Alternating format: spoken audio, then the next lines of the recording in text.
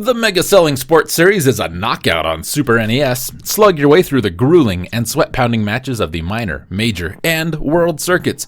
Dodge bone-bruising punches and dance to the top of the Supreme Special Circuit. Face off against old favorites including Bear Hugger, Piston Hurricane, Bald Bull, Mr. Sandman, and Super Macho Man. Plus, a cast of new and weird challengers. With a right hook, body blow, and precise quick jabs, the referee announces knockout. Your opponent lies face down as you win the title of Nintendo Video Boxing Associating Champion. The famous arcade classic features innovative updates for the Super NES. Challenge 16 opponents in the minor, major, world, and special circuits. Up to 8 players can score their fastest knockout times, better their score, or continue to the top. Battery-backed memory statistics. Spar against favorite foes from the arcade and NES versions, as well as new and entertaining opponents. This is Super Punch-Out from Nintendo, released in 1994. It is part of the Punch-Out franchise. And I was confused for a bit when it said old favorites, including Bear Hugger, because I don't remember him from the NES game, but there was an arcade game I didn't know about. So there you go. Super Punch-Out, it's a boxing game. It's the sequel and follow-up to regular old Punch-Out, or Mike Tyson's Punch-Out, if you are old enough to recall that. We have our normal behind-the-back perspective. We looked at the George Foreman game not too long ago, right? This is what that game wanted to be. Right? Every boxing game wants to be Punch-Out, and very few games actually achieve Punch-Outness.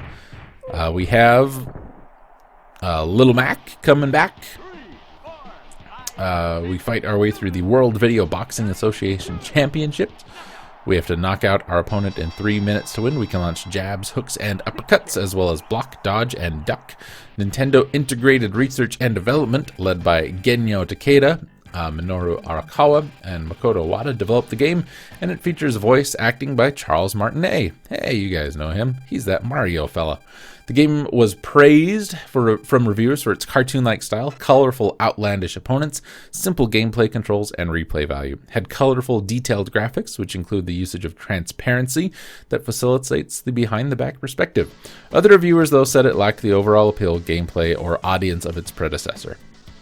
So, I never had a chance to play this one as a kid. We had Punch-Out, so I played it a ton. Never did get to play Super Punch-Out. Super Punch-Out feels more clunky to me, but it is still really good, and it's still a lot of fun. It's just different enough that you can't take the NES game and just upgrade it. You know, there's more stuff you've got to be aware of. The movement's a little different. It's not quite as quick, but that being said, it is still really, really fun. It had a rave review in Game Pro. Reviewer praised the game's good controls, deceptive challenge, I can agree with that, sprite layouts, animations, and sounds which juice the game's intensity level.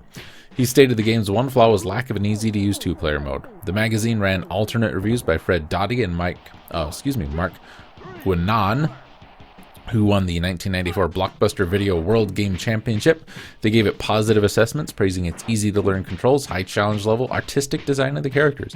EGM's two sport game reviewers criticized its unrealistic style, but nonetheless acknowledged that it still has fantastic gameplay.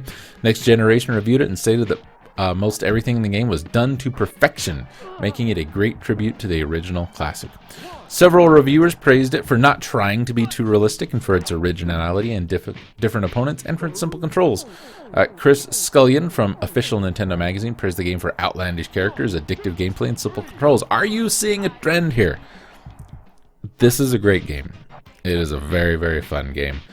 I mean, let's see. Lucas Thomas of IGN, while praising it, says the game lacks the overall appeal the NES version had and recommends the NES version over this. He notes that the sound is not as memorable as the music, but it is more varied. And I can agree with that. They both have really, really strong standing points in the Punch-Out franchise, I guess. I think the NES one is a little more approachable, but they are both really good and a lot of fun.